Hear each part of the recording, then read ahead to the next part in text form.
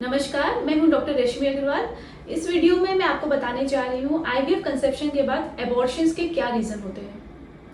बहुत से ऐसे पेशेंट्स होते हैं जो आईवीएफ में कंसीव तो कर जाते हैं, लेकिन उनका या तो दूसरे महीने में या तो तीसरे महीने में एबॉर्ट हो जाता है और वो बहुत ही कष्टनायक होता है।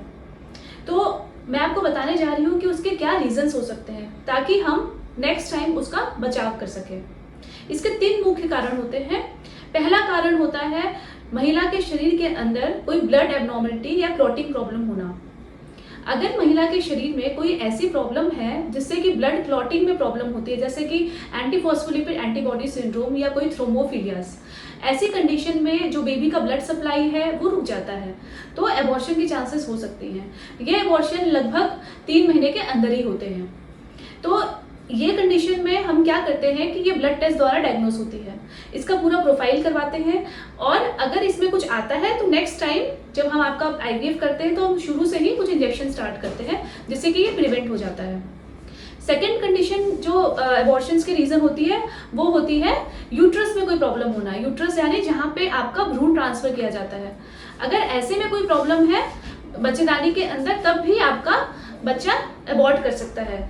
ये हो सकता है कोई सेप्टम की वजह से या कोई पॉलिप या कोई फाइब्रॉइड की वजह से। तो ऐसे कंडीशन में इसको हम देखने के लिए हिस्ट्रोस्कोपी एडवाइस करते हैं। हिस्ट्रोस्कोपी यानी बच्चेदानी को दूरबीन से अंदर से जांच करना।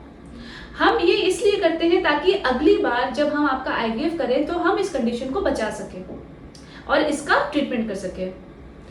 तीसरी जो कॉमन कंडीशन है जिस वजह से एबॉर्शंस होते हैं वो है जेनेटिक कंडीशन। अगर कोई बच्चे में जेनेटिक प्रॉब्लम है, किसी क्रोमोसोम का डिलीशन, ट्राइसोमी, मोनोसोमी है, क्रोमोसोम ज़्यादा है या कम है, ऐसे जेनेटिक प्रॉब्लम में भी एबॉर्शंस हो सकते हैं। तो हम क्या करते हैं कि जब आपका एबॉर्शन होता है तो जो प्रोडक्ट्स निकलते हैं, प्रोडक्ट्स ऑफ कंसेप्शन निकलते हैं, उनको हम जेनेटिक टेस्टिंग के लिए भेजते हैं। और अगर कोई जेनेटिक प्रॉब्लम आती है तो वही रीज़न होता है एबॉर्शन का।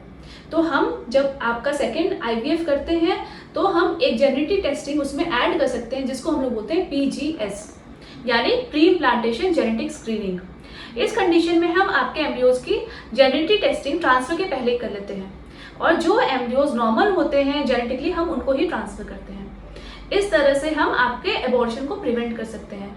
तो अगर आपका आईवीएफ के बाद एबॉर्शन हुआ है तो मैं जानती हूँ कि ये बहुत ही कठिनाई कंडीशन होती है, लेकिन इसमें घबराइए नहीं। आपके डॉक्टर आपको कुछ टेस्ट बताएंगे जिसकी वजह से हमको ये पता चल सकता है कि एबॉर्शन क्यों हुआ है और हम दोबारा उसी चीज़ का बचाव कर सकते हैं और आपको एक हेल्दी बच्चा दे सकते हैं। तो wishing you all the best, happy pregnancy and happy parenthood.